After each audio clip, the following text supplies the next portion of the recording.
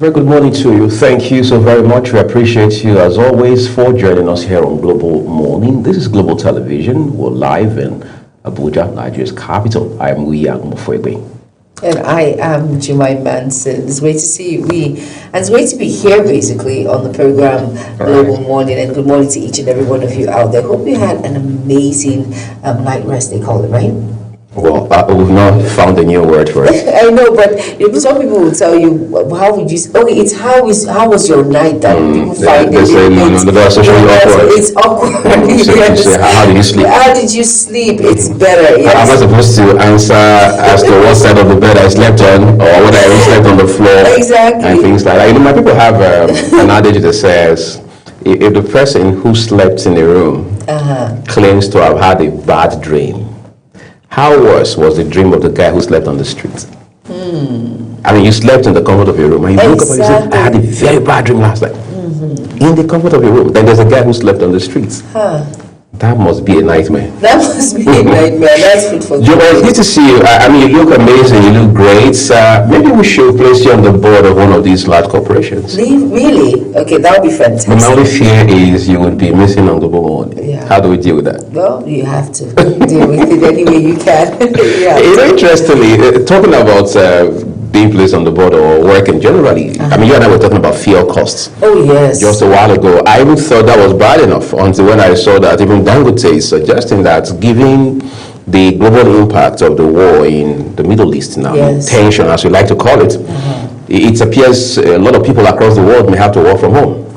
Because again, we're talking about fuel, or as I say in the US, gas, right? This is what drives the economy. Yes, it moves Juma and we from point A to point B. Yes, so what if you have acute shortage with regards to supply? What do? I mean, you've got to think out alternatives or what they call contingency plans. And now it looks like we're back to the COVID-19 days. Yes, it looks like we're back to the COVID-19 days, and it's just, unfortunately, it's taking a toll on a lot of individuals. I was telling you that on Sunday, it was a huge amount I got, but I looked at my gauge and it didn't move.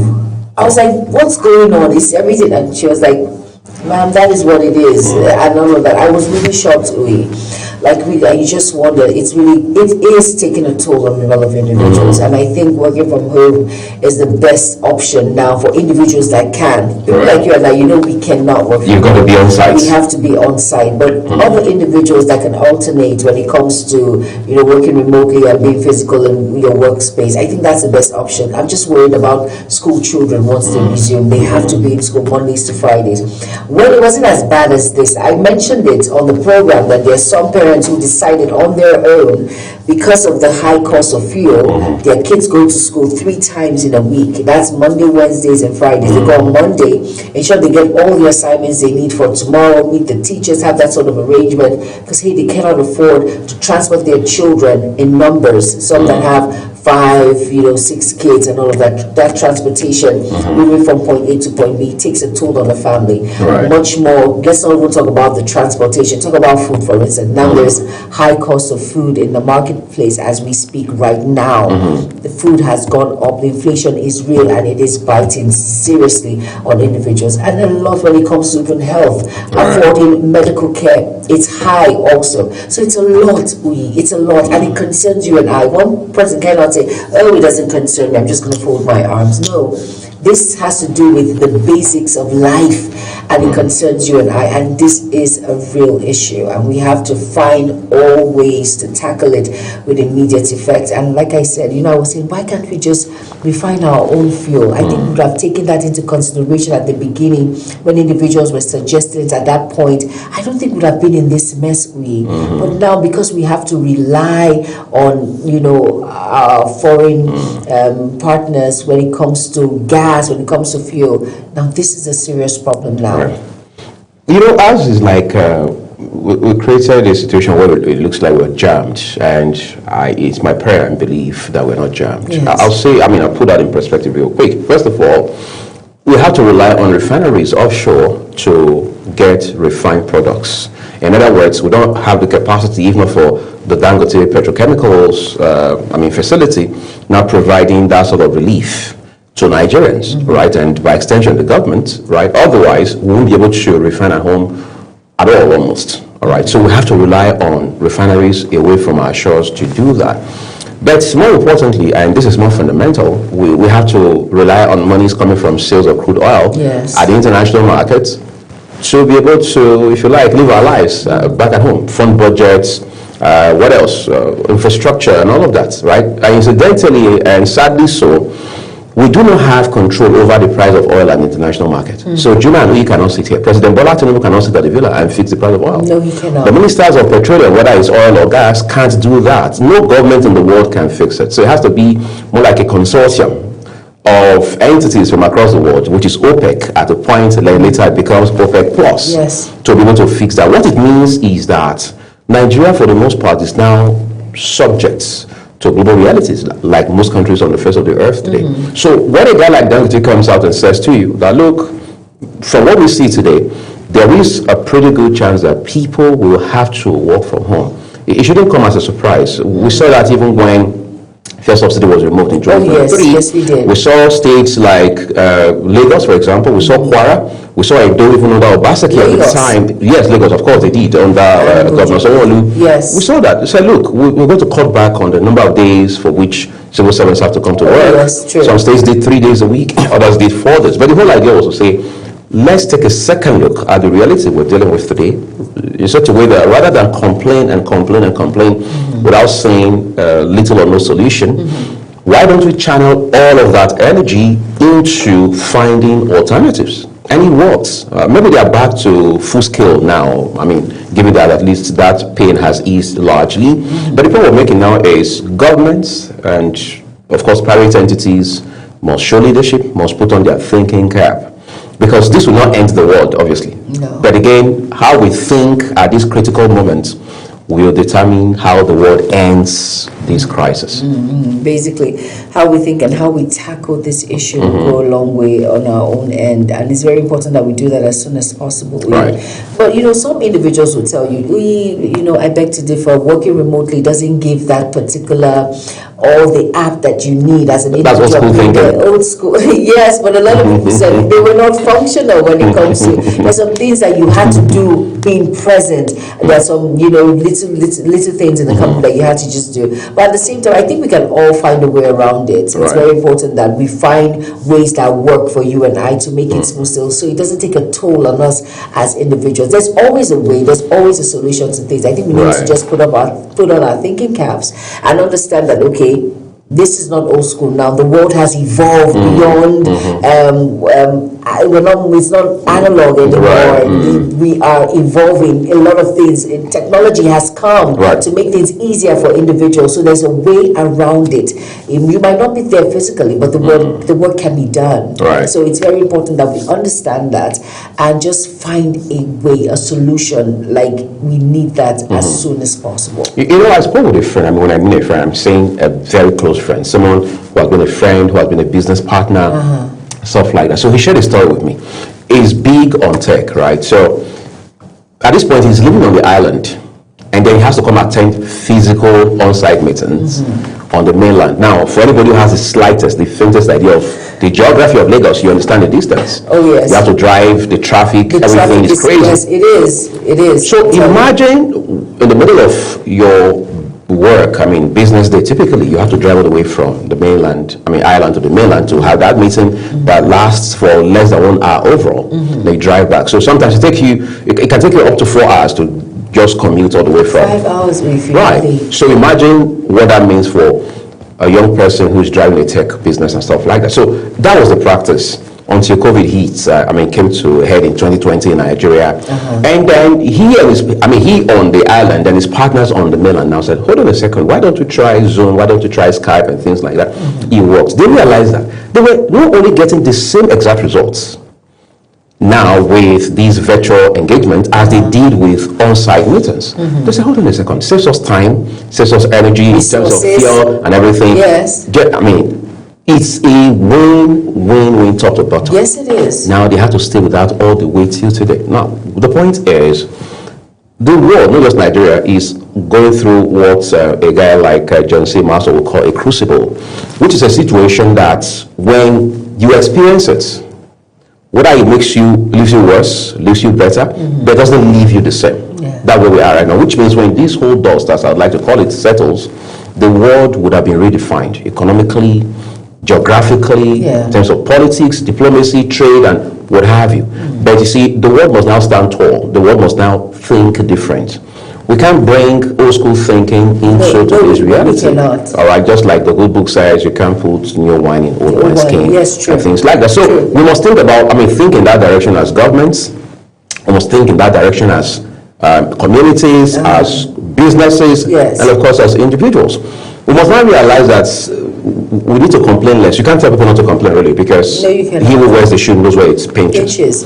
But we must complain less by all means, all right? And now use that energy to be creative and innovative. And then just to add to what you've just said, this is an eye-opener to each and every one of us, and especially to those in authority, that we shouldn't rely, when you put all that independence on an individual, they have the upper hand. Now with all of this that is happening now, we're stuck, we're just in the middle, so you should always have a plan B.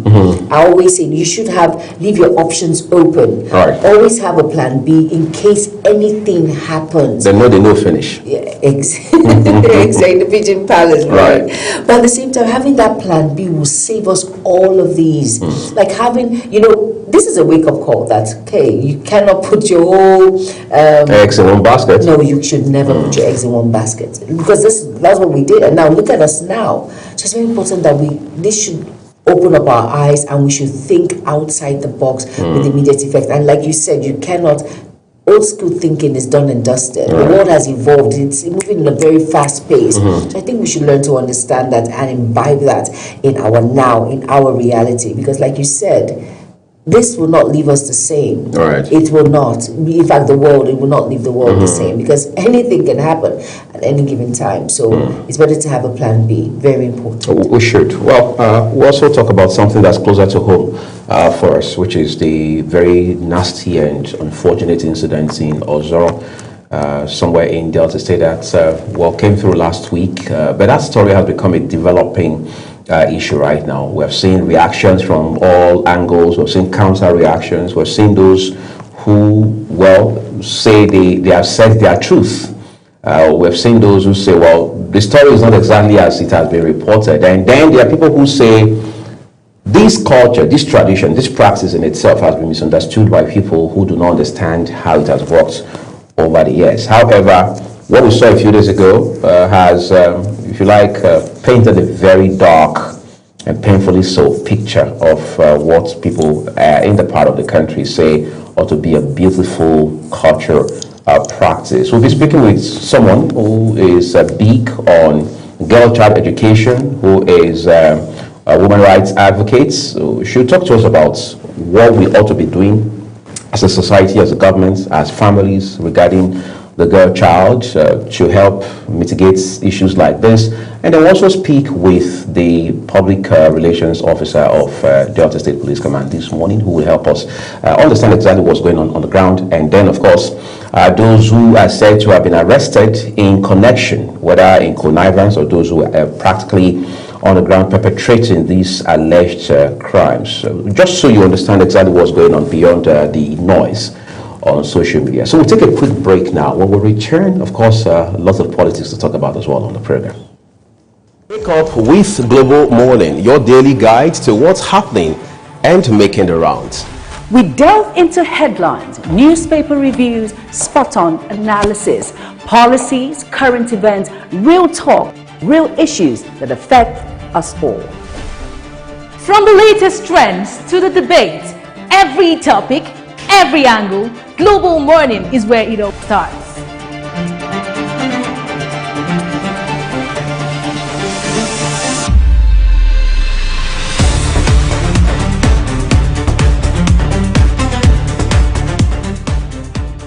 Global Morning, For the latest issues, always on point. Watch Global Morning Monday to Friday, 7 a.m.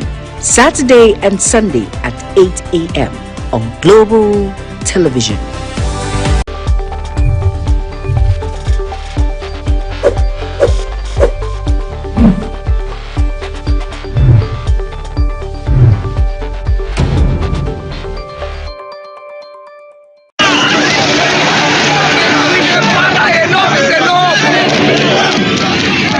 In an age of breaking news, you need a trusted source that prioritizes accurate, factual, and unbiased reporting.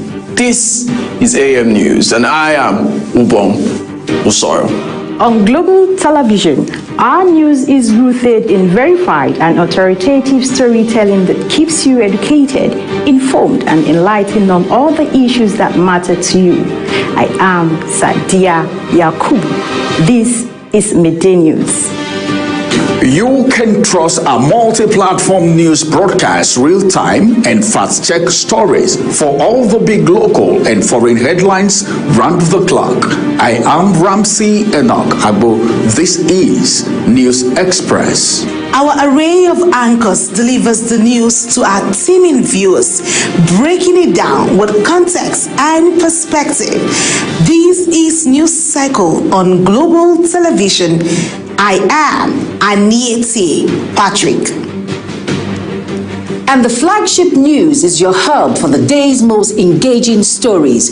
This is News Prime, and I am Jumai Manson. Did you miss any of our news rounds? No worries. Catch up at 10 p.m. and midnight, 7 days of the week. I am Mukhtar Kasim. Global TV is on DSTV channel 365 and Star Times channel 276. We're active across all social media platforms at Global TV NG. Global TV News, accurate and unbiased. I'm Uyi Agmofwebe.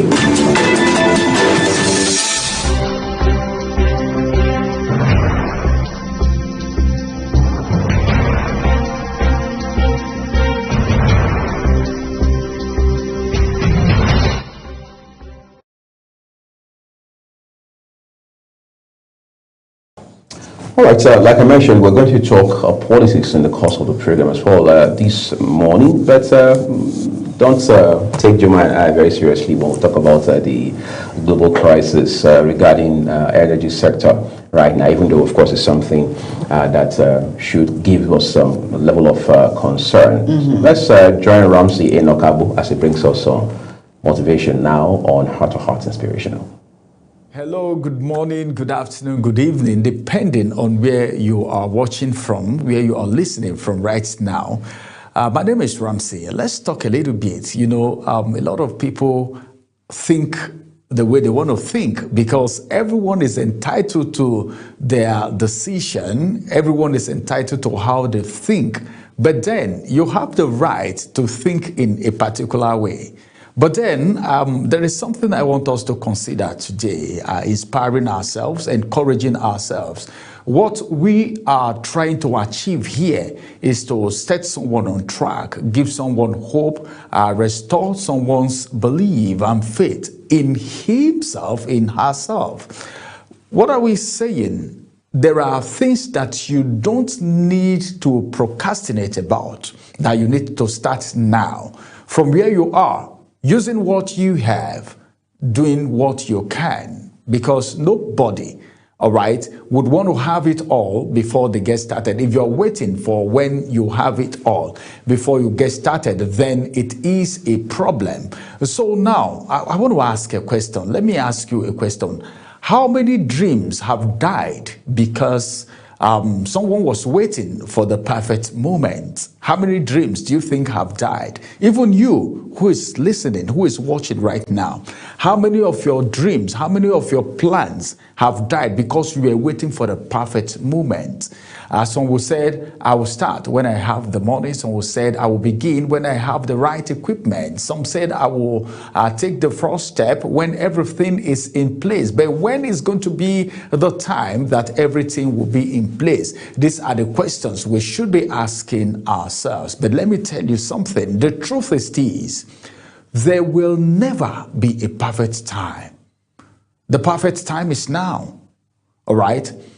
Arthur Ashe, the legendary tennis champion, once said, start where you are, use what you have, do what you can. He didn't have the fanciest equipment. He didn't train in the best facility, but he had willpower and courage to start whatever he had. You see, Greatness doesn't just wait for the perfect time. It doesn't care about perfection. It grows through progress. Every successful person you admire today started small. The difference between them and others isn't the talent, all right? It's the action, the move. Don't despise your humble beginning. Don't mind what people are saying, because people will say so many things about you. Whatever. Someone said his name is whatever. Whatever you do, whatever you say, people must talk about it, whether positive or negative. If you're doing well, people will still criticize you, because some persons will say, oh, because of his affluence, he's behaving like this. If you don't have, some people will still say, where is he looking at? Can't he see his mates? Can't he see what his colleagues are doing? The small things that you are doing in a big way one day will generate you income that you don't even expect. The bottom line is this. You need to tell yourself and say, enough is enough. I've tarried too long in this place, in this position, all right, in this thinking. You know, it's a process. It's a process. Success is a process. First of all, you need to conceive it in your heart. Then secondly, it needs to get into your head. Have it in your head, or else it will never get into your hand. Number one, it needs to be in your heart, in your head, and in your hand. I call it the triple H. The triple H principle says it must get conceived in your heart first. Keep ringing in your head, then it will enter your hand one day. But a lot needs to be doing. It's a process, just like the seed. The seed doesn't grow in just one day. It went through a lot of processes. The gold you see today don't just come out shiny, but then it went through a refining process, a heating process with fire, serious fire. The gold is being heated in serious fire before it's become what it is today. So whatever you're doing, that dream that you have, begin to do something about it. Begin to mix up with people who are going your direction, people who have your kind of dream achieved already, because that thing you're thinking, somebody already has gone ahead to do it. So you don't need to just sit down and be thinking, be procrastinating, the economy is not favorable, Nigeria, this is the country, if I was abroad. Well, let me tell you the truth. It's not all about your location, it's not all about your destination, even though these factors play particular roles in your success, in your growth, in your achievement, but you don't need to capitalize on it. All right, and hold yourself back, because by the time you're holding yourself back, someone somewhere is already overtaking you, because the person believed in his or her dream and decided to make a move despite the fact that they are not seeing the staircase, but they believe that their leg will land somewhere. All right. Risk taking is very important, but then if you want to take risk, let it be a calculated risk. Not the risk that will destroy you or claim your life.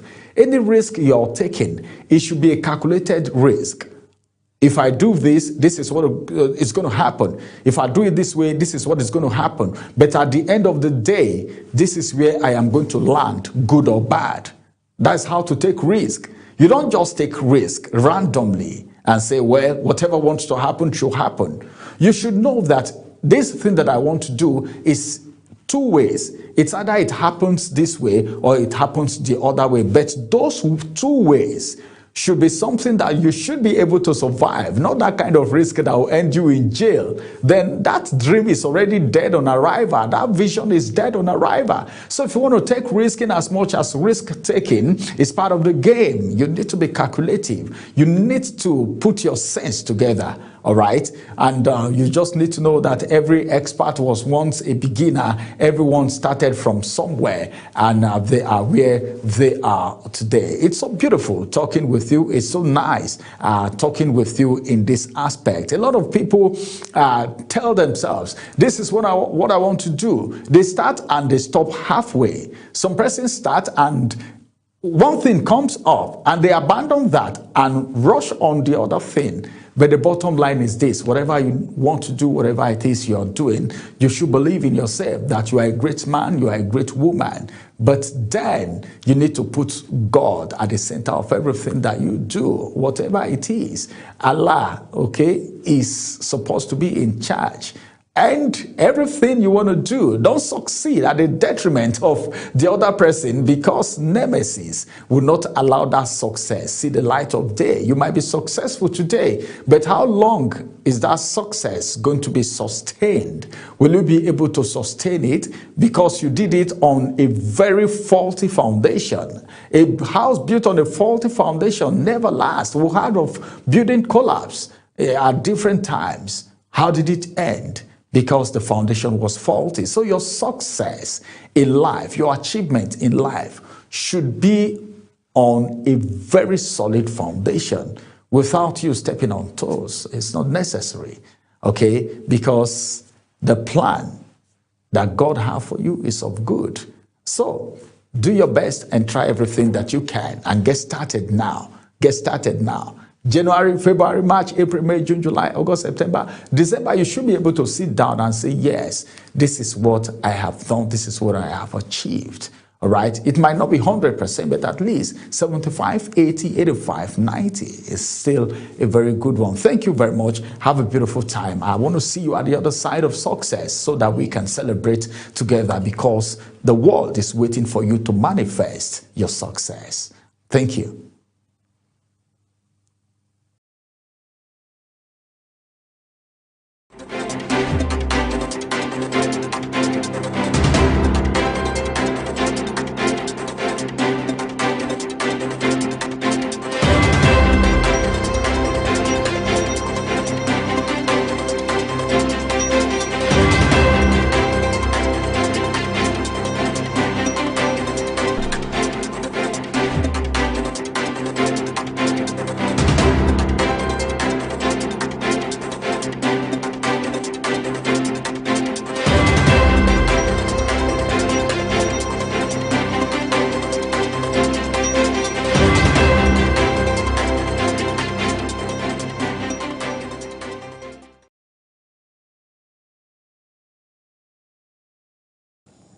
Thank you so very much, everyone, for staying with us. Incidentally, as we take you through the papers now, Jumai Manson has the first paper for us. All right, now the first paper of the day is the Nigerian Tribune. Now, above the nameplate here, it says, court sentences ex-AG OF Wabogu to 72 years imprisonment for 868 million naira fraud. And if you're wondering what that story is all about, that's on page 25 of the Nigerian Tribune. And on page 3 it says, alleged fraud, ICPC to arraign El-Rufai today. And next on page 15 says, Wike-backed PDP set for March 28th convention. And below the nameplate on page 4, it says EU announces 288 million euro grants to Nigeria's healthcare sector, others, and that's on page 4. And of course, that's light at the end of the tunnel. And here on page 3 says Elumelu renews commitment to empower 3,200 African entrepreneurs across 54 countries. Fantastic. And the Star Story says bandits bomb bridge in Niger. 8 feared dead, 1 killed, mother injured in Kwara explosion. Military strikes, Tarji's hideout kills scores of bandits. And that's on page 2 and page 4.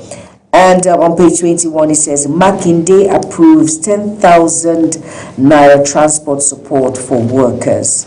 And it says 1.5 billion naira year cipher disbursement kicks off in Oyo. And for me, I would say it's the thought that counts. 10,000 naira will go a long way. Very sure.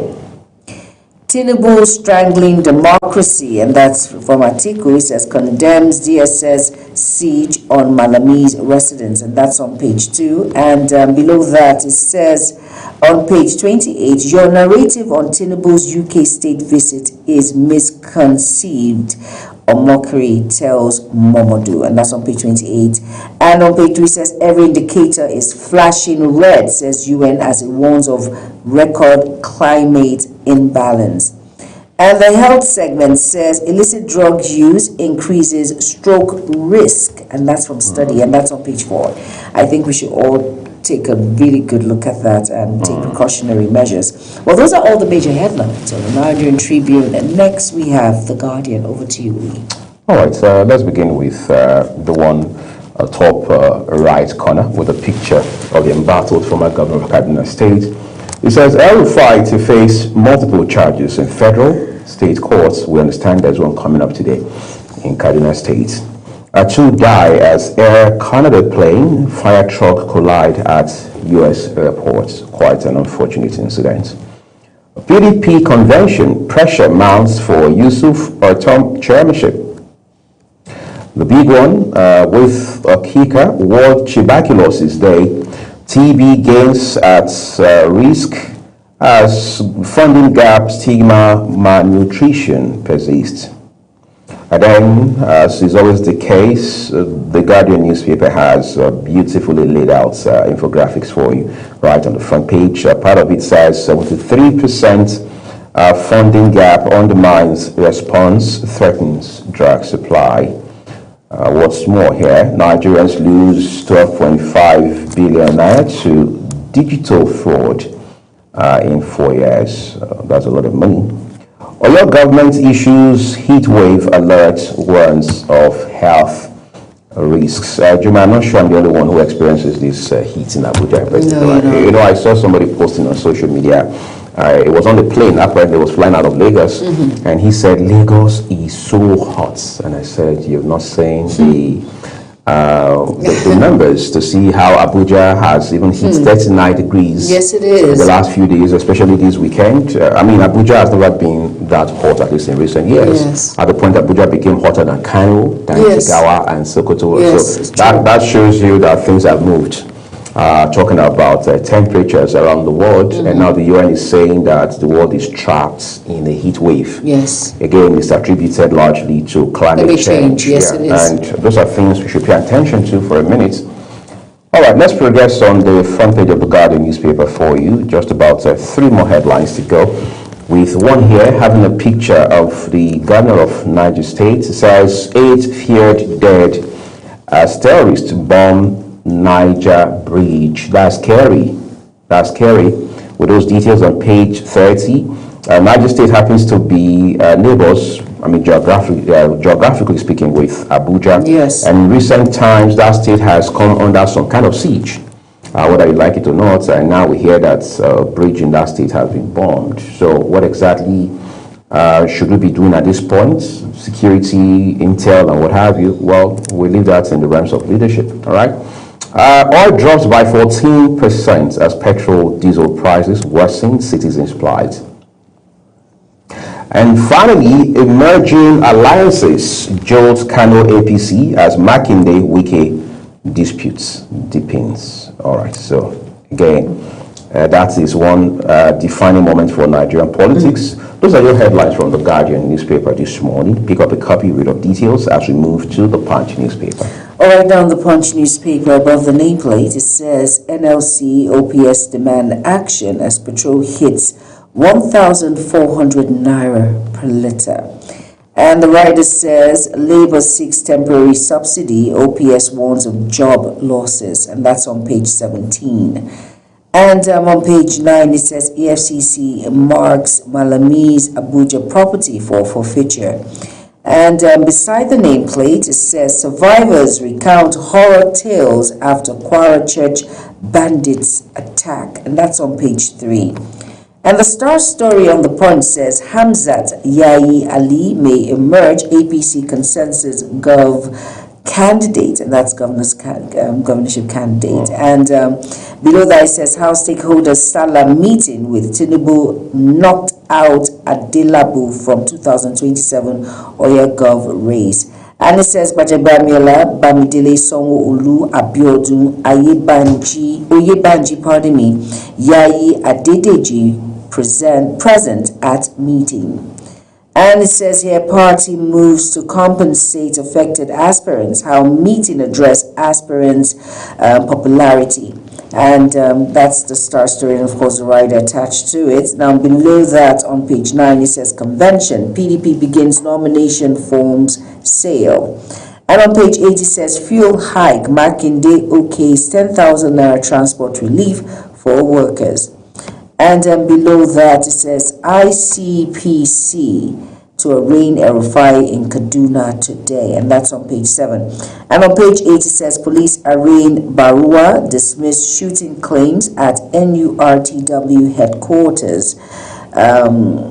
Next on page 2 it says Middle East war may force Nigerians to work from home, and that's from Aliko Dangote there. Now please go out and get yourself a copy of the Punch newspaper and stay abreast on the major issues on the headlines making rounds. Next we have this day. All right, top of the headline first, the name master I should say. In major investment drive, EU unveils 290 million euro global gateway package for Nigeria with 3 riders. EIB, BOI conclude 135 million euro deals to boost healthcare, manufacturing, agriculture. Lucy partnership transitions Nigeria from major importer of essential health commodities to competitive producer, unlocking long-term affordable finance for priority sectors. Team Europe commitments to Nigeria hits to 962.5 million euros. All right, oil slumps to $96 as Trump suspends planned strikes on Iran energy infrastructure. Wike knocks Makinde, warns him not to start a fight he can't win. All right, from good friends, from allies to political foes. With the rider that says PDP faction declares no victor, no vanquished, begins sale of forms ahead of national convention. I'm not going to be the one to tell you that party is not in a good place. ICPC arraigns El-Rufai today over multi-billion naira fraud allegations, again with 3 riders. Article tells federal government to release ex-governor, insists he can't be detained for holding different ideology. Is that what this is all about? Lead solidarity delegation to Malami alleges Tinubu strangling democracy, Nigeria sliding into authoritarian rule. All of those are attributed to the former Vice President Atiku Abubakar. Well, those are all your headlines from This Day newspaper today. Do want to read up details. Next port of call is the New Telegraph. All right, now the New Telegraph, and it says here, Naira holds firm as reserves oil output supply stability, okay? And it says food price pressure pushes agro stock value to 1.14 trillion naira. And below the nameplate there, it says here, not really visible, and of course the star story reads, spike in terrorist attacks, there's lapses in intel gathering analysts, and that's from Air Vice Marshal Adesanya. And below that it says Middle East crisis, Iran, US both want to make a deal, and that's from President Donald Trump. And here it says PDP neck, you wanted money, I wanted power, Wike tells Makinde. And that you'll find on page 6. And those are your major headlines on the New Telegraph. Go out and get yourself a copy, and we're abreast with issues making rounds. Next is the Daily Sun. All right, so let's go there for you. We'll begin with the one just adjacent the nameplate. Obi Ihedioha Udenwa team up for ADC's Southeast push. Just for the records, Udenwa was governor of Imo State for 8 years on the platform of the PDP, but today man has moved to ADC, right? We need to use that term to count our teeth at this point in time, but it's all right.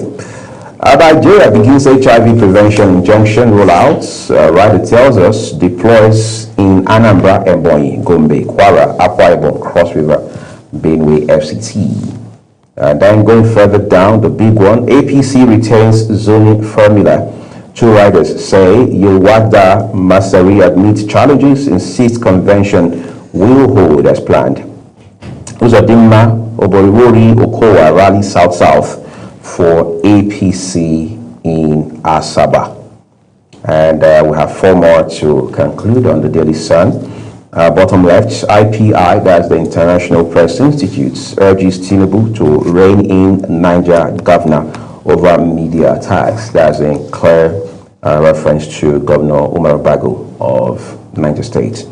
868 million naira fraud. Ex-Accountant General of the Federation, Wambuku, gets 72 years imprisonment. We understand that the man was sentenced on 9-count charge. And the judge says it's 8 years per count, of course, to run concurrently, and all of that. Read all those details on page 4. This matter has been a long time coming, since 2023. But during investigation, some of those monies were refunded. About half of them, right. Yeah. But then, of course, it was a way of saying that, look, there is a repercussion for every action. The law must take its right. I think that's what it is. Well, let's see how this pans out. There are people who say the man will still appeal, and that's within his rights to do, but he has to be subject to the rule of law ultimately, so that all the parties involved will win.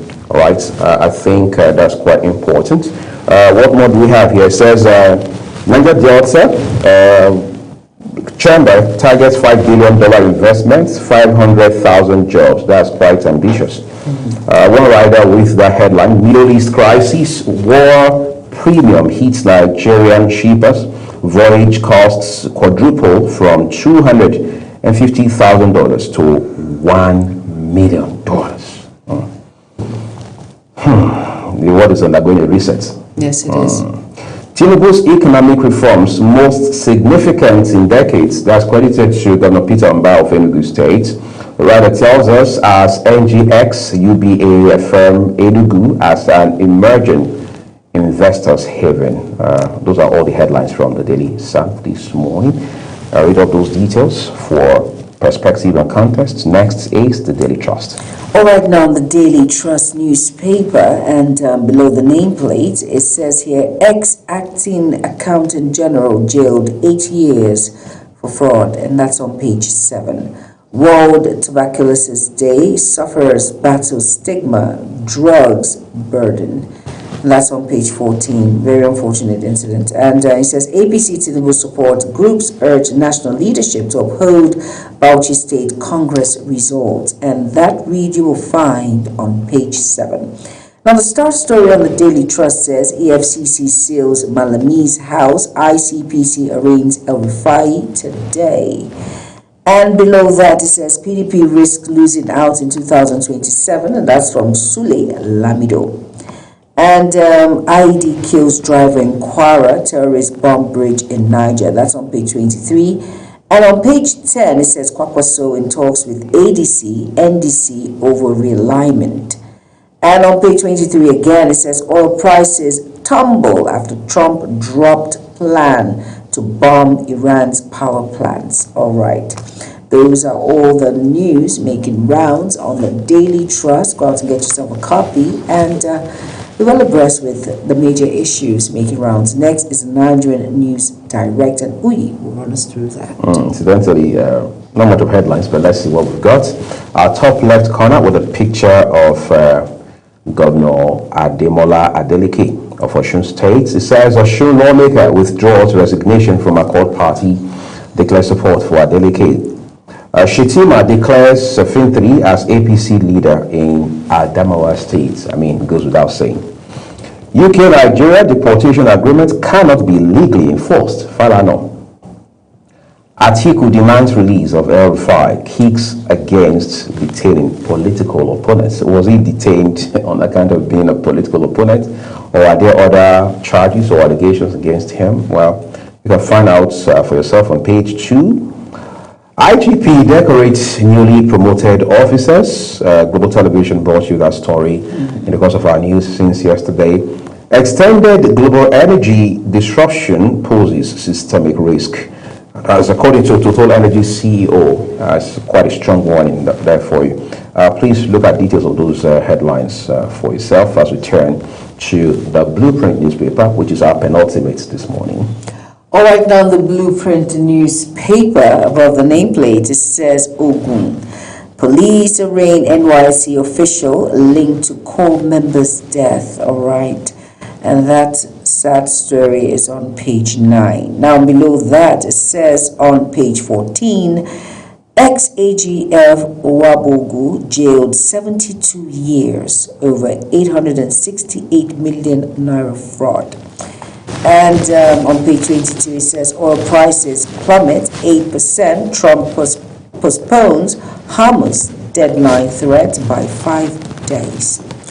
And on page 32, it says sports. NFF Congress approves status amendment, fixes September 26 for elections in Lafia.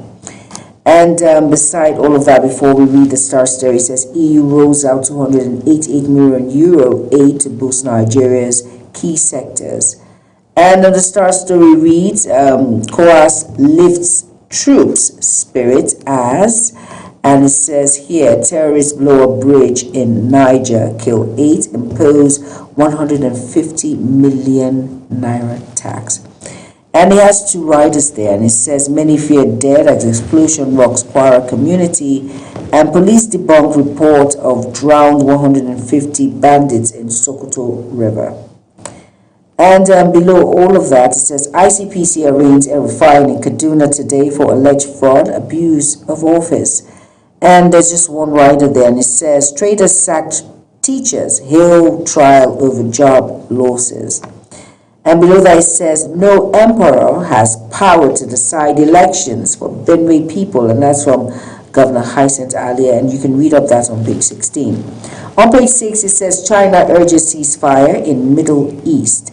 And on page 13, Enugu, police detain man for raping pregnant woman. And I will say, are you kidding me? And analysts raise the alarm. Excess cash pushes banking liquidity to 8.08 trillion naira. And that's on page 22. Those are all the major headlines on the blueprint. Got to get yourself a copy and find out what those major details are all about. Next, we have the first daily. Well, interestingly, the first daily is our last daily on this segment of the program this morning. I will begin with a syndicated story, just on the name plates. It says ex-acting Accountant General of the Federation, Wamboku, jailed 72 years over 868 million naira fraud.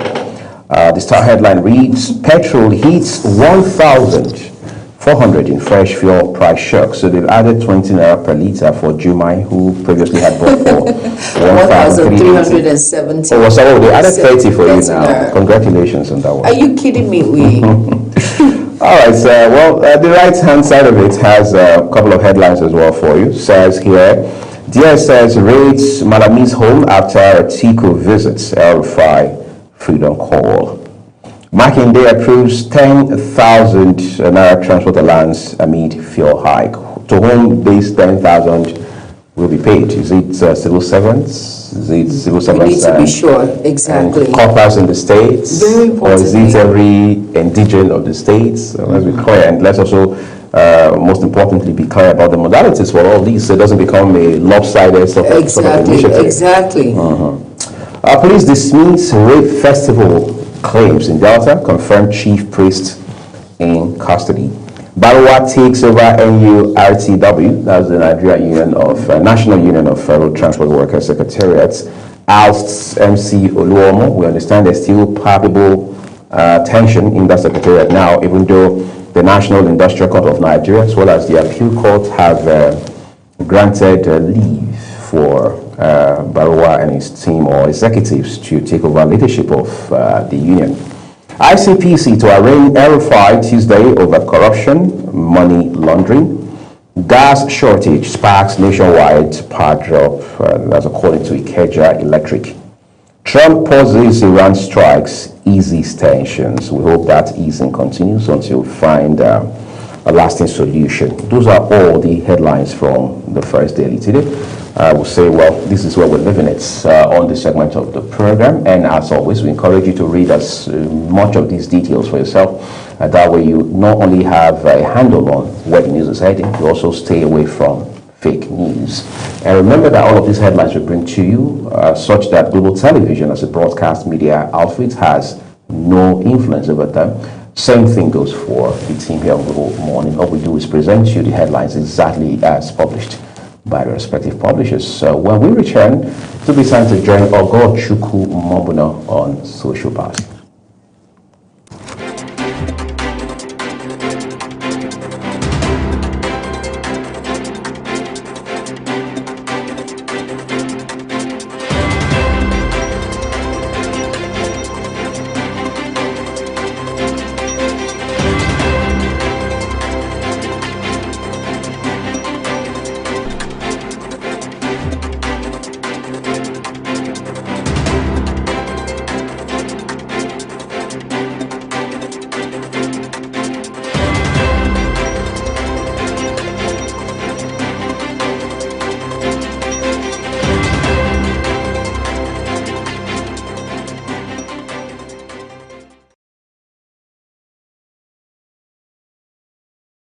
Wake up with Global Morning, your daily guide to what's happening and making the rounds. We delve into headlines, newspaper reviews, spot-on analysis, policies, current events, real talk, real issues that affect us all. From the latest trends to the debate, every topic, every angle, Global Morning is where it all starts.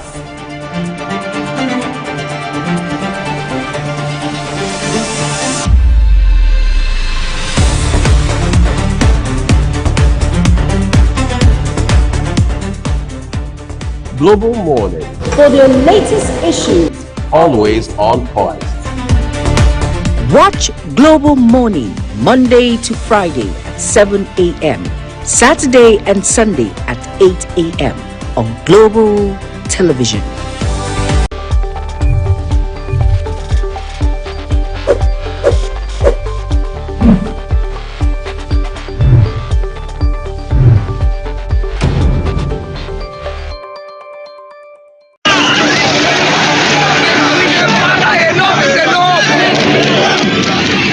In an age of breaking news, you need a trusted source that prioritizes accurate, factual, and unbiased reporting. This is AM News, and I am Ubong Usoro. On Global Television, our news is rooted in verified and authoritative storytelling that keeps you educated, informed, and enlightened on all the issues that matter to you. I am Sadia Yakubu. This is Midday News. You can trust a multi-platform news broadcast, real-time and fast-check stories for all the big local and foreign headlines round the clock. I am Ramsey Enoch Agbo. This is News Express. Our array of anchors delivers the news to our teeming viewers, breaking it down with context and perspective. This is News Cycle on Global Television. I am Anieti Patrick. At Wichtech Cables, we don't just make cables, we deliver excellence. Our products are built with advanced technology, trusted for their unmatched quality and durability. With a wide range of cables, swift delivery, and continuous innovation, we stay ahead of the market demand. We are proudly Nigerian, fully indigenous, yet world-class. Backed by a professional team, strong technical support, and a deep commitment to customer satisfaction. Wichtech Cables is more than a brand, it's a promise. Wichtech Cables, quality cables, better than the best. When social media speaks, we listen and we bring you the extra. It's your one-stop shop for trends, tweets, and the tea everyone's sipping on. Join the conversation, share your thoughts, and get that extra dose of what's shaking the internet. And the issues making wave on social media to your doorstep. Social Boss Extra, where the trend meets the talk, only on Global TV.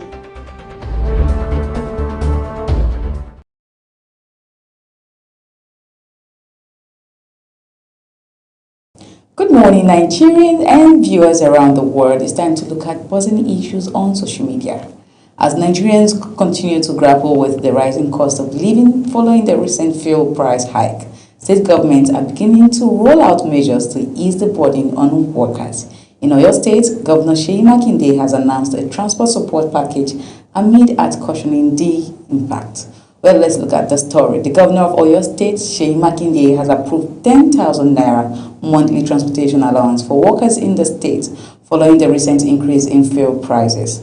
The allowance is part of efforts to cushion the impact of rising pump price of premium motor spirit, commonly known as petrol, on the state workforce.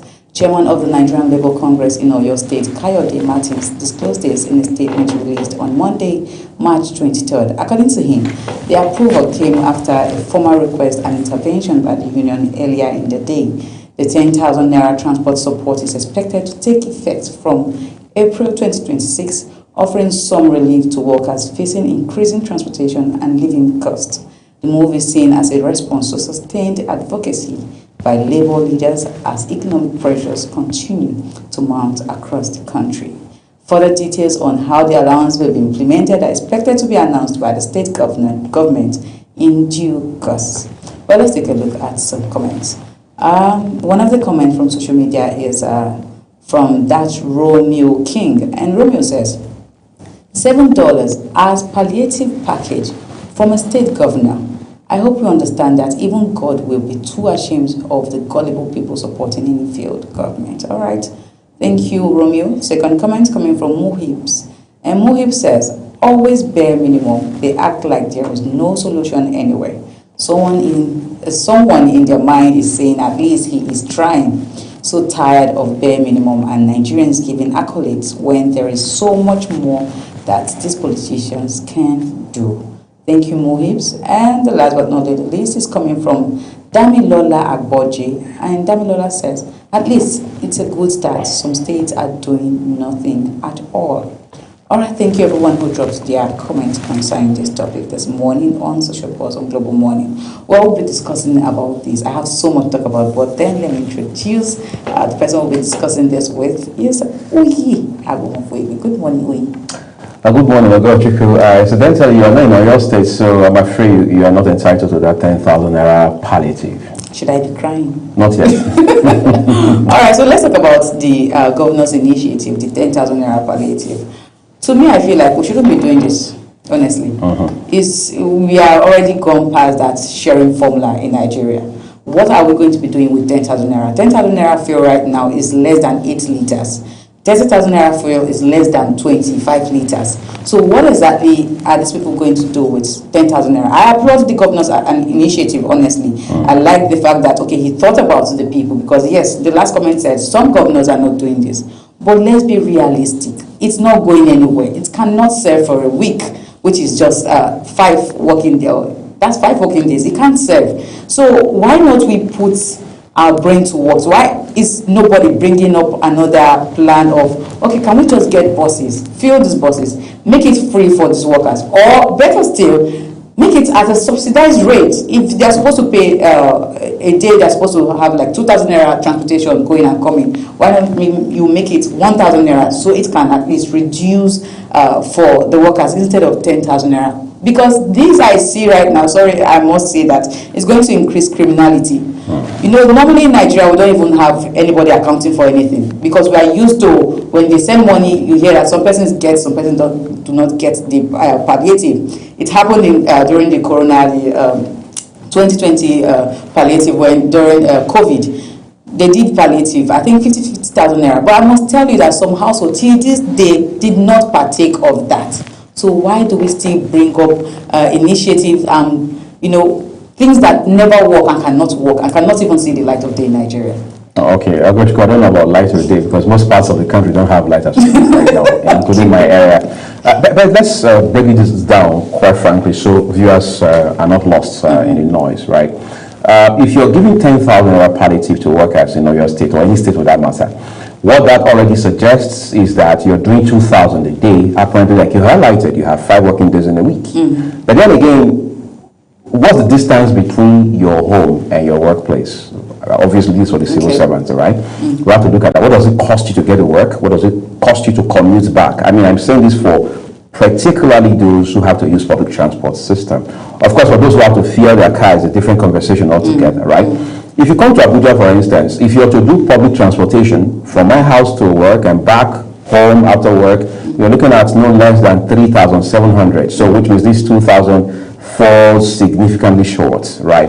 But then the question is the intention of Oyo State government under the leadership of Governor Seyi Makinde to, as it were, cover completely, that is 100%, the transport costs of workers. I don't think that's what the objective is. It is to give them more like a subsidy, if you like, all right, to ease that pressure, financially speaking. I think that's what it is. But then, let's address those who have applauded it. Have they done wrong? Not really. But is it necessary? Not at all, it's not. Because government, like we've said here, many more times than I can count, is in place to ensure security of lives and property. And part of that security is economic.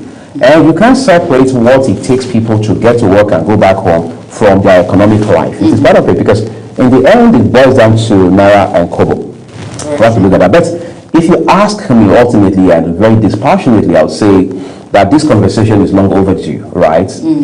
Let's also talk about, for example, like I mentioned to Juma a while ago, by what basis or with which modality are you going to disburse this money?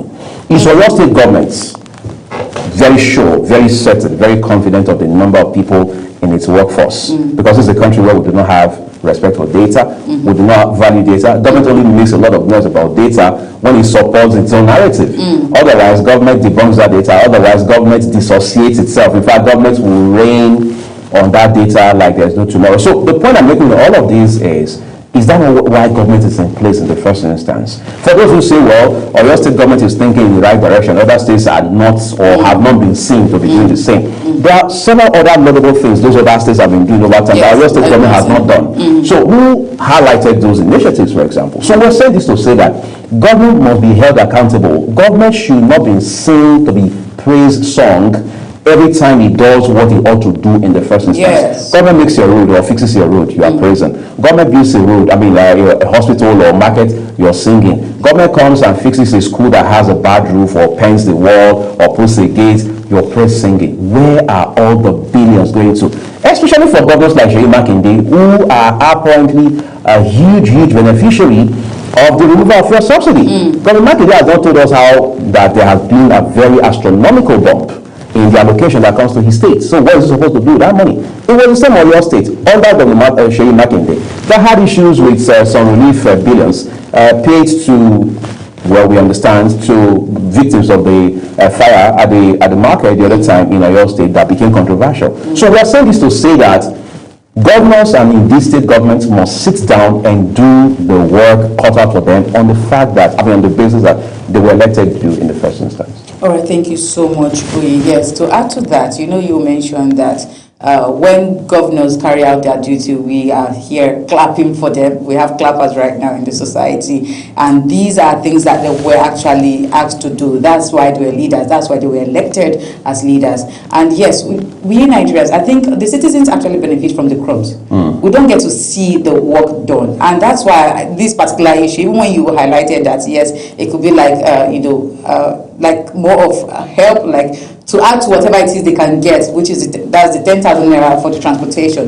But I still see it as it's not even that way, because if you want to add to whatever it is they can get, then you cannot be giving 10,000 naira.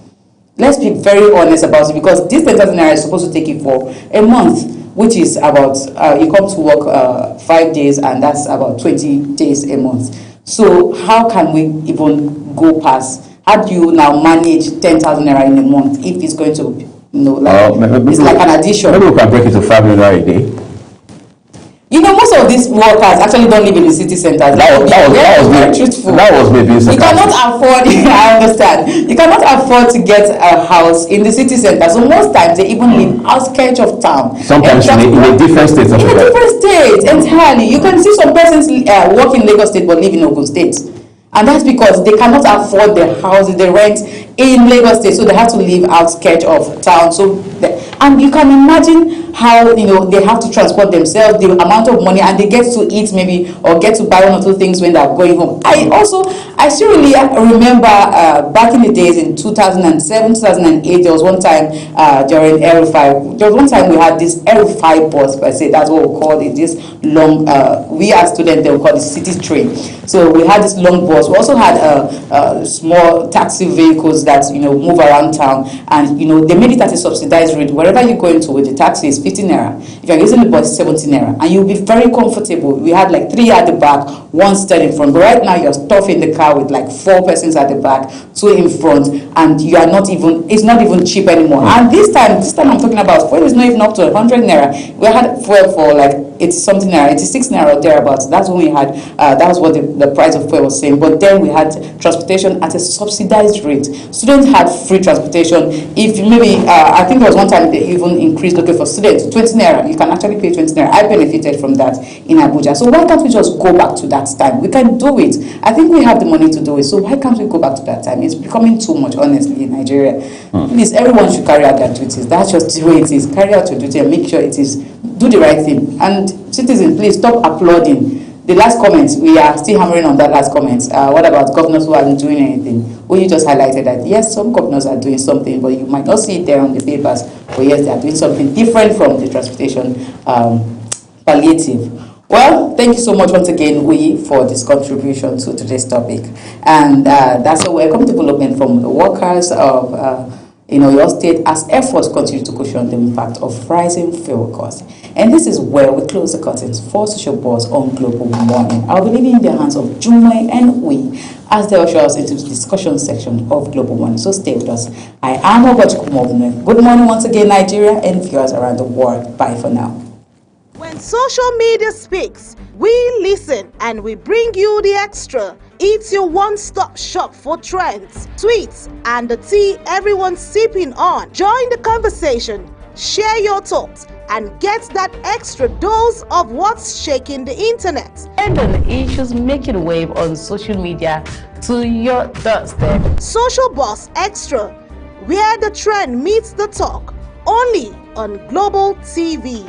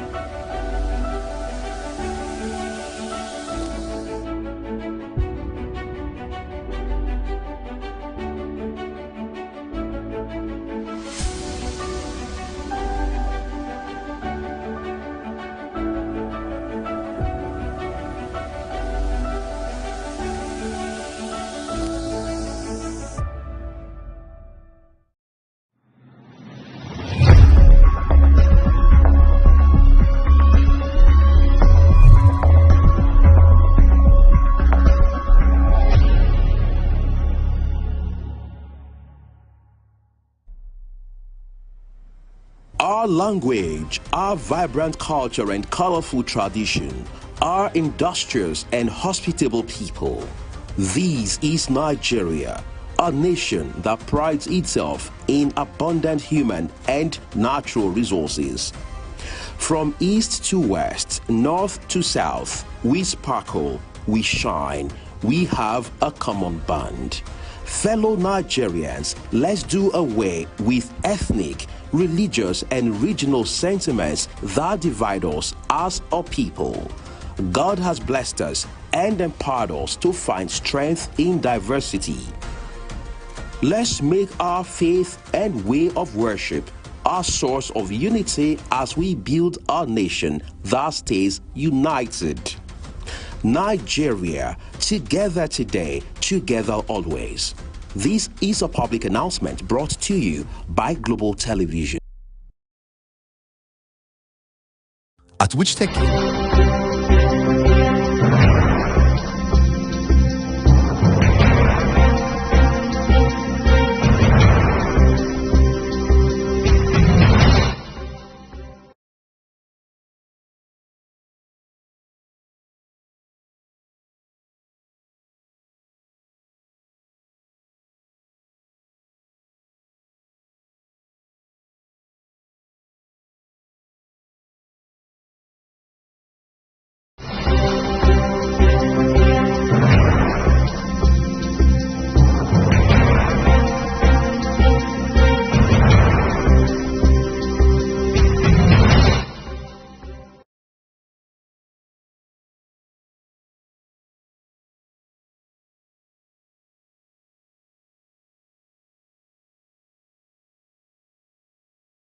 Wake up with Global Morning, your daily guide to what's happening and making the rounds. We delve into headlines, newspaper reviews, spot-on analysis, policies, current events, real talk, real issues that affect us all. From the latest trends to the debate, every topic, every angle, Global Morning is where it all starts.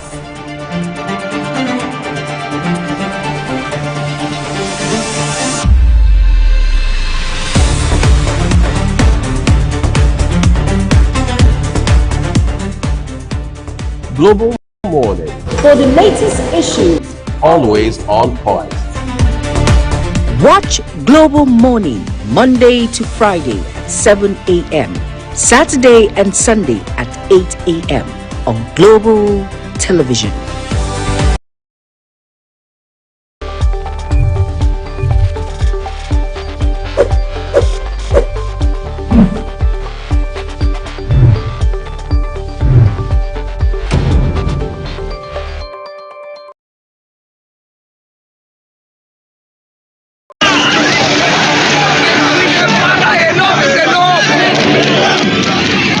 In an age of breaking news, you need a trusted source that prioritizes accurate, factual, and unbiased reporting.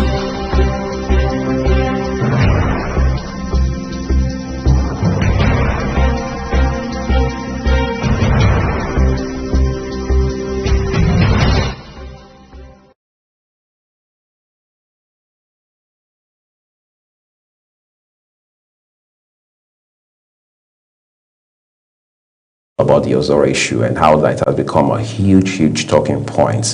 One of them being how the girl child should be protected in a place like Nigeria, not by security men per se, but by the law, by the culture, and by the traditions. What are the factors that expose or predispose young ladies, all right, to being assaulted one way or another, regardless of where they may find themselves? We live in a country where there's a lot of, if you like, being conservative. There are things you don't want to talk about. We've seen cases time and again where a lady is raped or in some way assaulted, and the next thing we are bothered about what they were wearing at the time, at what time they went there, where they went to, who they went with, and things like that. And it's the reason, up until this point, you have, if you like, countless number of underreported cases or cases that are not even reported because people, ladies in particular, are afraid of being stigmatized. Exactly. They are afraid of, rather than being seen as the victim, but instead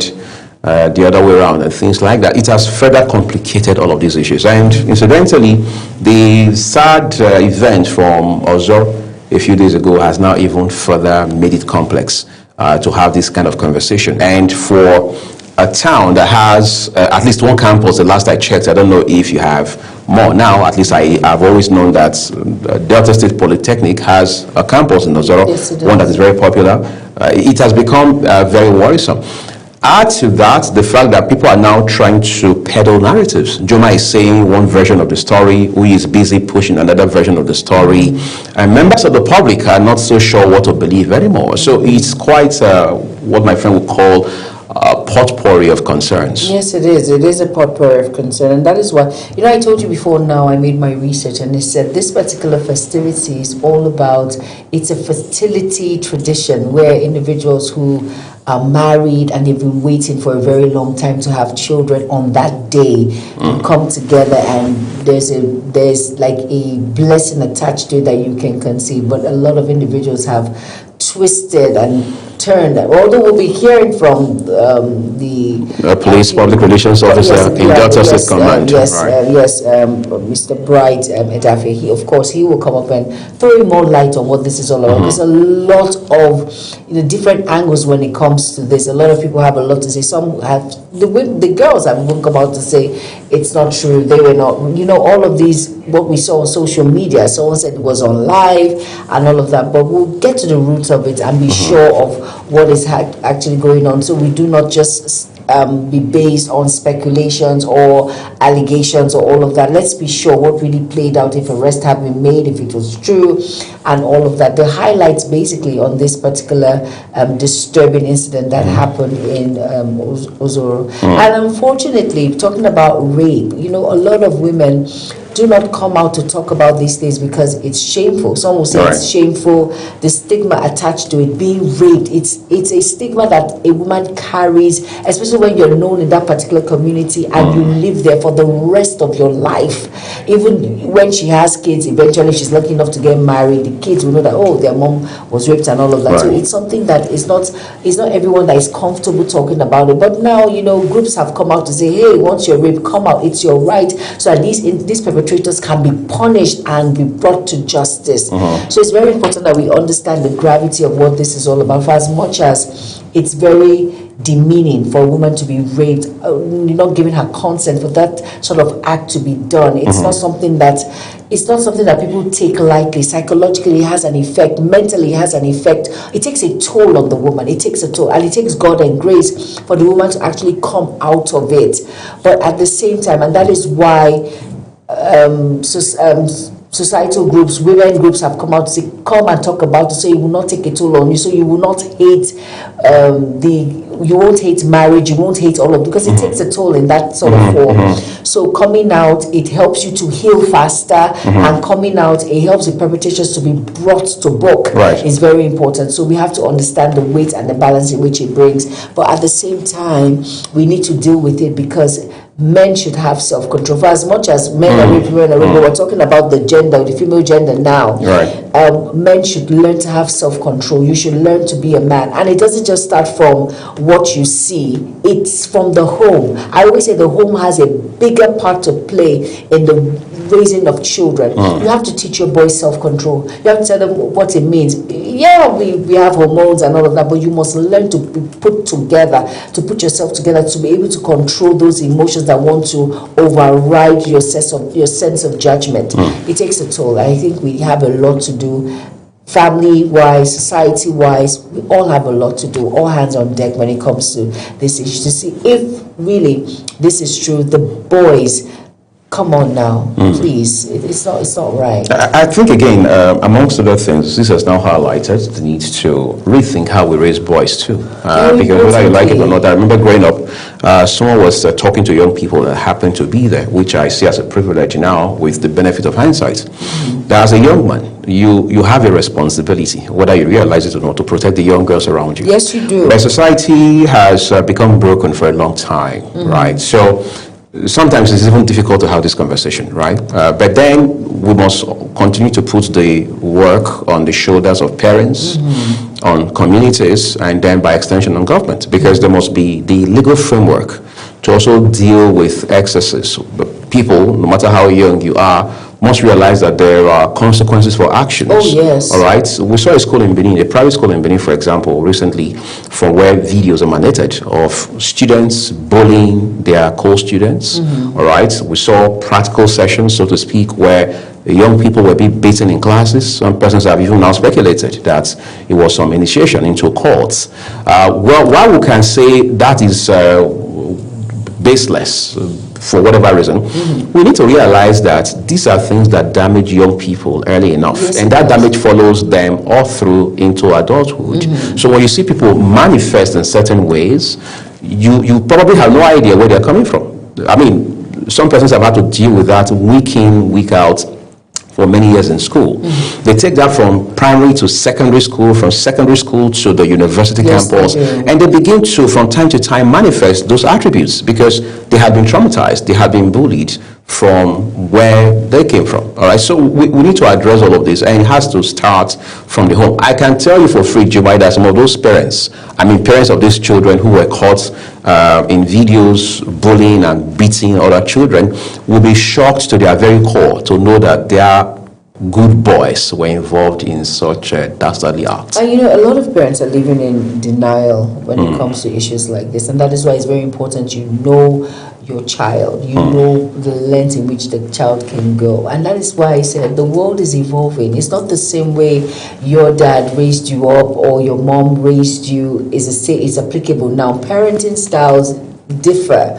It's different now. Kids are now more aware of themselves. So as a parent, you have to try as much as possible to navigate, to understand what works for you in getting the attention of this child, and getting this child to be well behaved is very important. You cannot be strict all the time. Flexibility comes into play here so that the message can be passed as swiftly and as quick as possible. So parents have a role to play when it comes to that aspect. It's not about you losing your self-worth as a parent. No, it's all about you passing the right message, making your children that responsible adult in our society, because most of these children that are involved in all of this or what they do behind closed doors, you'll be shocked that their parents were very strict individuals. Most of them, I would say, they didn't give that free pass hand. They were there to instill all of these things, but did they do it rightly? Well, your guess is as good as mine, basically. It's interesting. We understand our guest will be joining us shortly to help us look at this conversation from the girl-child angle, and to also now make it, quite crystal clear that the realities we'll deal with today are not the same as what we had seen some 20, 30, 40, or even 50 years ago. And that's the reason full-blown adults today are shocked at some of the stories we see coming through. There are people who believe that these things, Jumai, are really not new, that what makes it look like they are new is first the way social media amplifies the stories, the virality, so to speak, of these stories, and the fact that before now we didn't have this, if you like, this proliferation of these cases. That yes, these things have always happened, but it wasn't this much in terms of the scale, in terms of the number of incidents or events and things like that. So we have all of this. We understand our guest has now joined us this morning to help us find some sense in this conversation. Our guest is joining us live from Lagos virtually this morning, Bliss Celestine. She's a girls' education activist and children's rights advocate. Bliss, if you can hear us, I'd like to say good morning to you and thank you for joining us here on Global Morning. Morning. I'm here. I can hear you. Bliss, can you hear us? Hopefully we get confirmation very soon that you are with us on the program. But just again to emphasize that the crux of our conversation this morning is this incident, because anywhere can be observed today or tomorrow.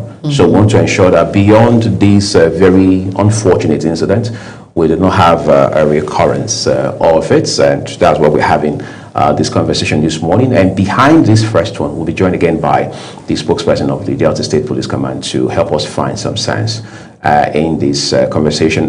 Thank you, Bliss Celestine, for joining us on the program.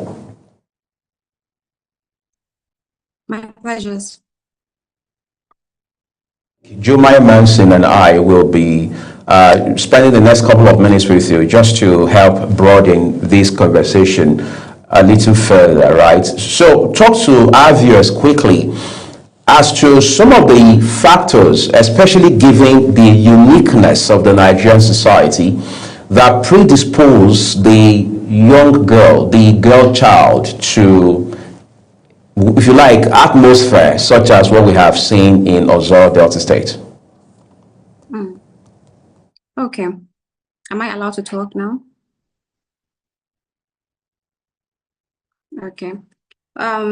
When I'm talking, when you finish talking, I can barely hear you sometimes. It's like you mute and I can't hear the rest of the words you're saying. So I don't know if it's a technical problem. That can be... Yeah, but did you get my question? Please come again. Oh, well, I'm not so sure. Are you still there? Can you hear? Yes, I can hear I want to confirm that you can hear me, please. Can you hear me? Yes. All right, great. My question is, when you look at what has happened, all right, in Ozoro Delta State, you have followed some of these challenges, if you like, over time. What would you say are some of the specific factors that predispose the girl child in Nigeria to all of these sort of situations? Yeah, I'd say firstly, cultural differences, number one, because recently a lot of people have been coming out to speak about other festivals as well. I think a girl spoke about one festival that is in Bema, Warri State, right? Okere Juju Festival, and she spoke about how somebody raped her as well. And when she complained, people were like, "Oh, it's normal, it happens," and mostly because of the people that she was with. According to her, when she came back again to that same festival with a group of boys, she wasn't molested. So firstly, the cultural festivals and the cultural differences is like one of the factor. I also think victim blaming attitudes of Nigerians. You know, a girl carried out a report, you know, she went to the market and was talking to people about the incident and what they think. And the women were literally blaming the girls. Like, why didn't you stay inside? There was a town crier. And okay, now if we're asking, how about the new people that came newly to the community, or people that were posted from NYSC to the community? What are they supposed to do? Most of them may not even be aware of this particular incident, right? And then they go out there thinking it's a normal day, and this is what becomes of them. So even the fact that I feel like the society has really failed the boy child, particularly, society has failed the boy child, because if you watch the video, you see how excited these boys were to carry out this particular activity. They were really happy. They were really excited. It felt like they had looked forward to doing things like this. So it shows you how even the society, it's not just feeling the girl child, but the boy child, because a lot of them are literally ignorant of what they were doing. They didn't know the height of what they were doing. They didn't know the magnitude of their actions because their faces showed ignorance. So this is the reason why education is very, very important. Education is very important. If you look at the community, most of those boys are not even in school. Most of them are probably just hanging around. They are not educated. Illiteracy is the reason why they don't know that these things they are doing are wrong. Because the system that they've been in, it's something they've watched. I even saw videos of little boys that were like 10-year-old boys going around to look for girls to harass. That's the magnitude of this particular incident. Why are they moving around looking for who to harass? Because they are seeing the elderly ones doing these things, and to them it's right. So the society has failed the boy child. A lot of these younger boys that were doing those things were literally ignorant. They have no idea of what they were doing. This is why the educational system in Nigeria needs to be scrutinized. They need to involve boys in certain conversations. A lot of boys are not aware of things that are happening. They're not even aware of, you know, the girl child. They don't know what inclusivity means. Education can actually help solve these problems. If you look at communities that practice things like this, they are mostly, when you go there, the level of illiteracy, the level of poor education is high, because these people are not aware of what they are. I'm not trying to you know, cover up for them. Obviously, I condemn the incidents very well, but we cannot still take out from the fact that illiteracy is part of the reason why these things are still happening in certain communities. I was just wanted to ask a question. How do you think communities and families can help prevent issues like this in areas when it comes to exploitation, when it comes to women, when it comes to children in this sort of abuse that happened? Okay. For families, everybody needs to be involved firstly, not just the men, but the women as well. It's kind of like sad to say, if you're fighting up things like this, you need to literally know that your first targets are the women. Your first targets are brainwashed, ignorant women. Because these incidents happen and most mothers are blaming them. They're blaming the victims. Why did you come out? So a lot of these things, it's a long fight, because we need to let families, we need to educate families, mothers particularly, on these incidents and its effect on the girl child. Because fighting this particular cause, you need to bring the women involved, and these women have been brainwashed for like generations, so it's really hard to talk to them. But I think that we should bring a safe space, because now everyone is talking about the incident that happened. Nobody is literally talking about the victims. Okay, they said they are going to provide, they are going to compensate these victims, as people that were, involved in these incidents. But no, that there has been no public. They are not carrying the public to know how far they've gone with the whole thing. There's no monitoring and evaluation to know, okay, if these victims have really been compensated, right? And that nobody knows if they've even had counseling, because this thing is going to give them a scar for life. It's a trauma that they would not be able to recover from. So these victims need like counseling. Families need to counsel their daughters on this particular day. The government needs to counsel these girls. There needs to be a better safe space for the girl child, the girls particularly who have gone through these incidents, not just saying that, okay, the government or the police is going to compensate these girls, but how sure are we that they're actually going to be compensated? What is the budget that has been allocated for this girls' recovery process? So the government needs to start from there. The state government needs to start from there, figuring out all of the victims, finding a special budget for them, also registering them in a professional counseling, because their mental health is very important. This is going to scar their mental health for life. So they need a proper counseling, a proper therapy. And then mothers as well in that community needs to be spoken to.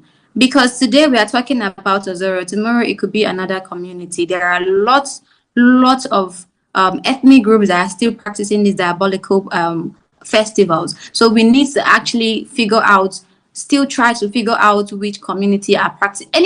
First of all, any festival that starts with a woman should not be allowed to come outside. That is already a problem, because why are young people not allowed to come outside? Why are women not allowed to come outside? Any festival that starts with women are not allowed to come outside is already a faulty festival. So these festivals should be recognized. They should point them out and then abolish them. And it's not just about the Ozoro festival. There are other festivals in other communities. Some, when the king dies, you have to kill 7 people for the king. And these things are still prominent. If you go to other communities, it's still, in my community, in my maternal community, for instance, it's still prominent. People are still practicing these things. It's not just about this Ozoro festival. Tomorrow, it could be another one. So we need to figure out the communities that still practice these diabolical issues, that still practice these festivals, and find a way to scrutinize all the festivals and see the ones that are not good enough, that are not inclusive, that are not that doesn't contribute anything to the economy of the community, because these practices doesn't involve growth. It doesn't involve community empowerment. So why are they still practicing these things? We are Africans. We have traditions, we have values, there are things that has been with us for a very long time. And if there is a festivity that says women are not allowed to come out, we can talk about the Oro Festival, for instance.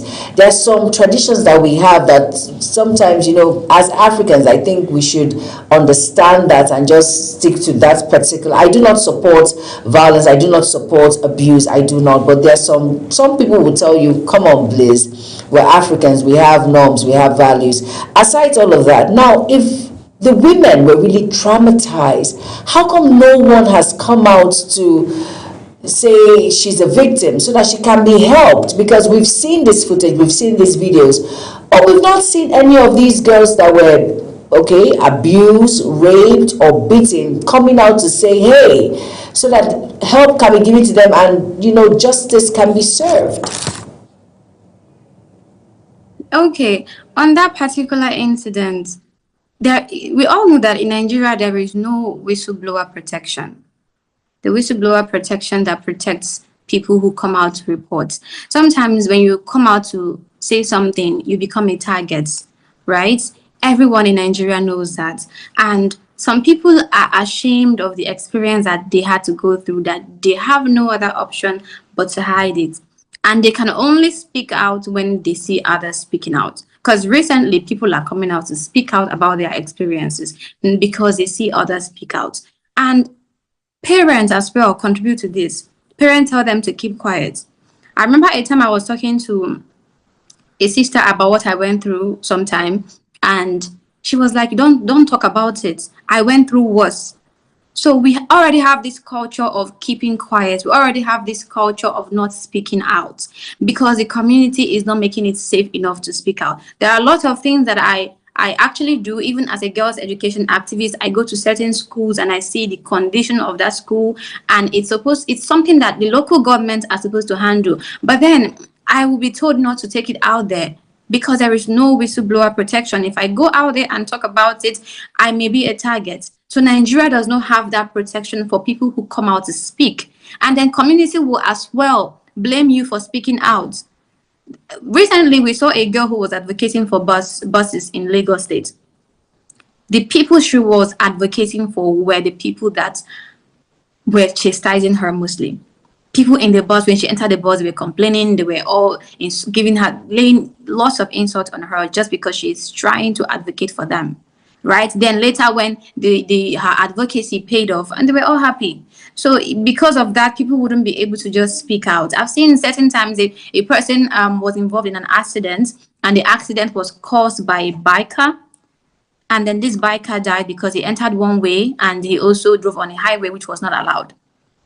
But because this person that hit this biker went to report at the police station that look at what happened, they did investigations and they saw that this person wasn't speeding. They saw that this accident was caused by a biker. The police saw it as a method of exploitation to this particular person. So next time, people would rather hit and run. They wouldn't want to report, because if they report, they'll be, they will now be the person that they'll blame, and then they will exploit you. This person was exploited because he went out there to report on something that happened. He reported himself and said, I was involved in an accident and this is what happened. And now the police exploited this particular person, called him a murderer.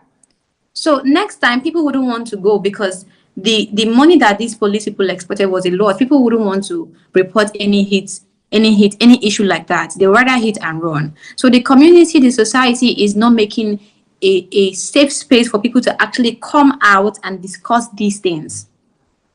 The shame, the culture.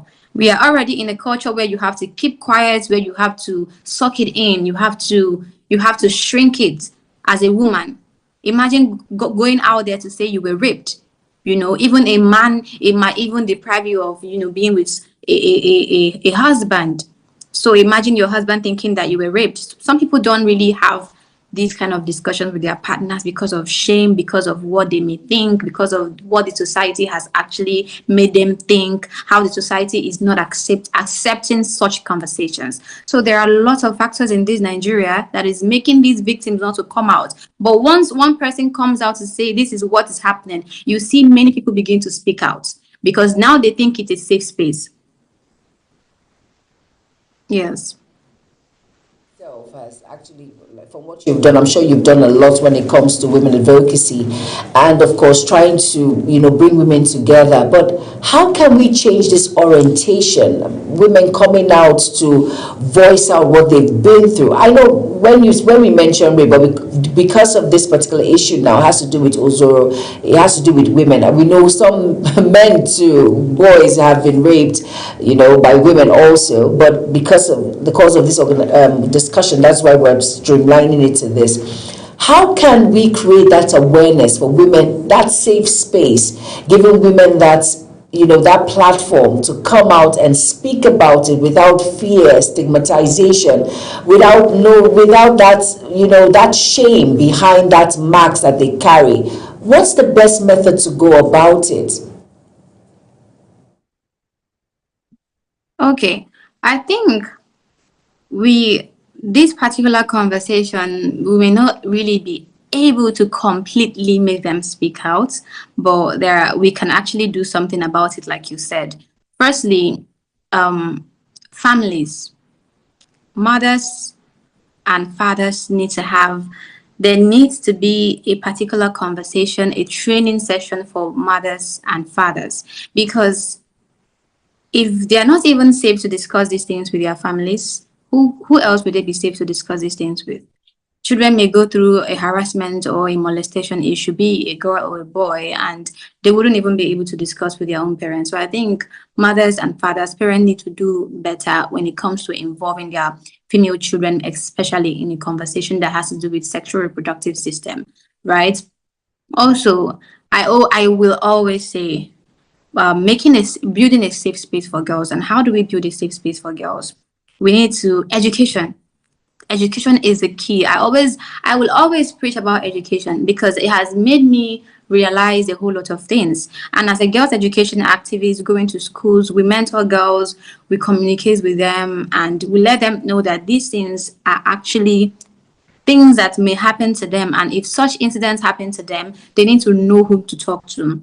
Some of them are not even aware that they are supposed to talk to a particular person. They just feel like, okay, they will just shove it right in their throats. They don't know that they are supposed to talk to somebody about it. So we need to create more awareness, and this can happen through education. Organizations as well need to have more awareness, need to treat this matter with care by mentoring girls, teaching them about what to do when incidents like this happen, reporting to their families and friends, reporting to the police. Sometimes even when they report to their families and friends, their families will tell them to keep quiet. So it's a very deep issue. It's a deep issue that has to do with even the society itself. The way the society sees these kind of things needs to change. And that can only change through education. Education will make you more aware. Education will teach the boy child about, I always said in school, when they are going ahead to teach students about reproductive health, they should stop separating the boys from the girls. Let there be an inclusive education about the boys' reproductive system and the girls. This is for institutions and schools. Let there be an inclusive education about the boys' reproductive system and the girls' reproductive system, because they treat these issues like they are so sacred. And then the boys see the girls as something, they see the body parts. When they see these things, they're too excited, because to them it's something that the community, it's not something that is well discussed. I remember when I came back to Nigeria, and as a teenager, and if I talk about vagina, it's a big word. You're not even allowed to say that word. But it's something you have to use the right words as parents to teach children. When you're talking to your girl child, you don't tell her, oh, this is your pee-pee. When someone tell her it's your vagina, because it's vagina and it's penis. It's not a big word. They need to learn, parents need to teach their children how to properly communicate when these things happen. They need to teach them the body parts that are not safe that are not normal for someone else to touch. They need to have this sex education at an early stage. Sex education is very, very important.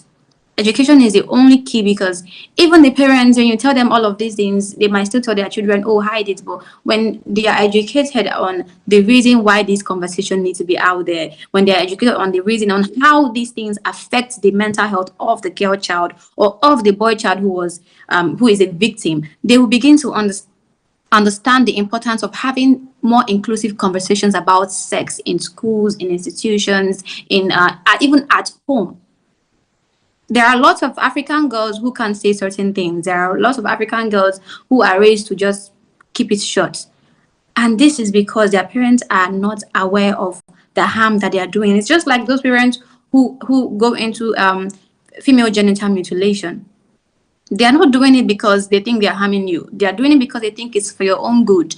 And that is what they've grown to learn. That is what they've grown to know. So they are not necessarily evil for carrying out such practice on the girl child, but they are just ignorant. And this ignorance can only be cured through education. So we need a proper educational system in Nigeria. First of all, a proper educational system, an inclusive educational system, health sectors, institutions.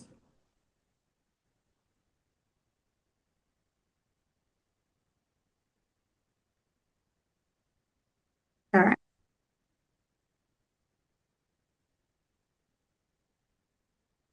My pleasures.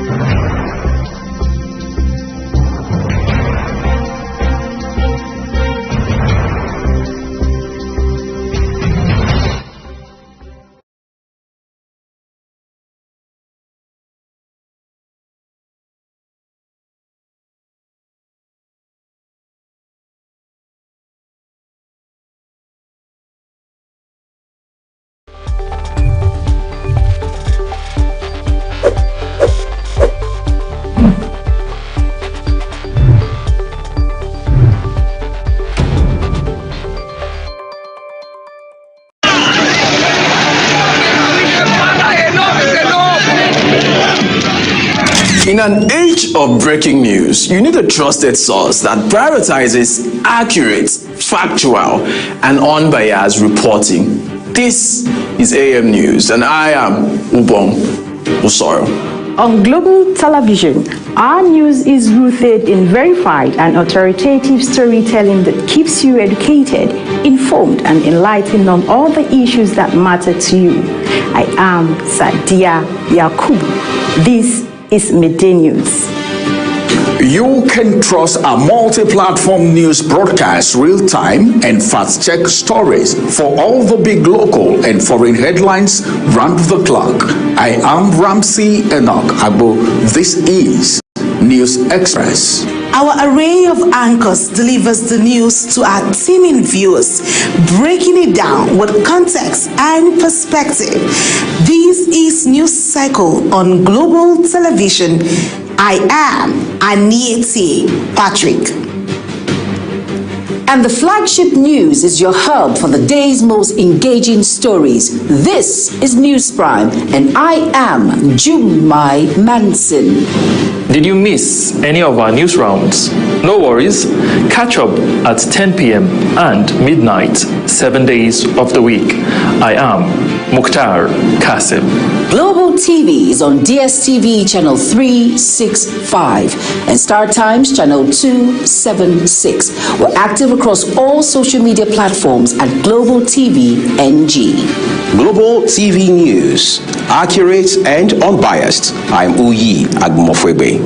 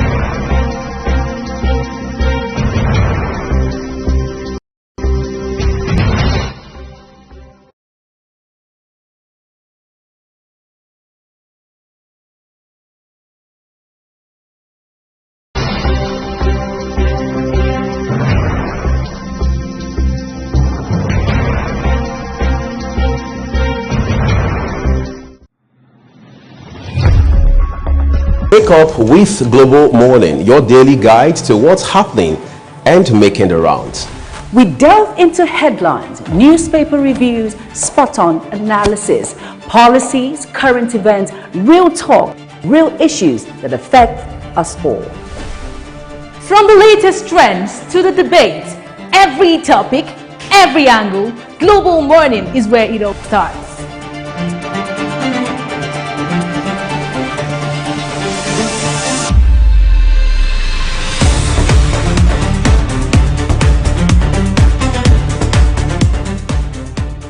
Global Morning, For the latest issues, always on point. Watch Global Morning Monday to Friday at 7 a.m. Saturday and Sunday at 8 a.m. on Global Television.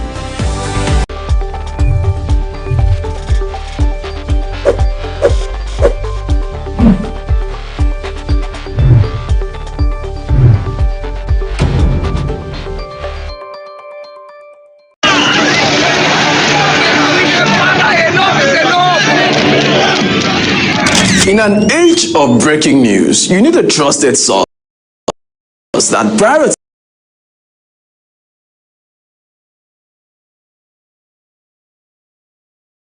prioritizes accurate,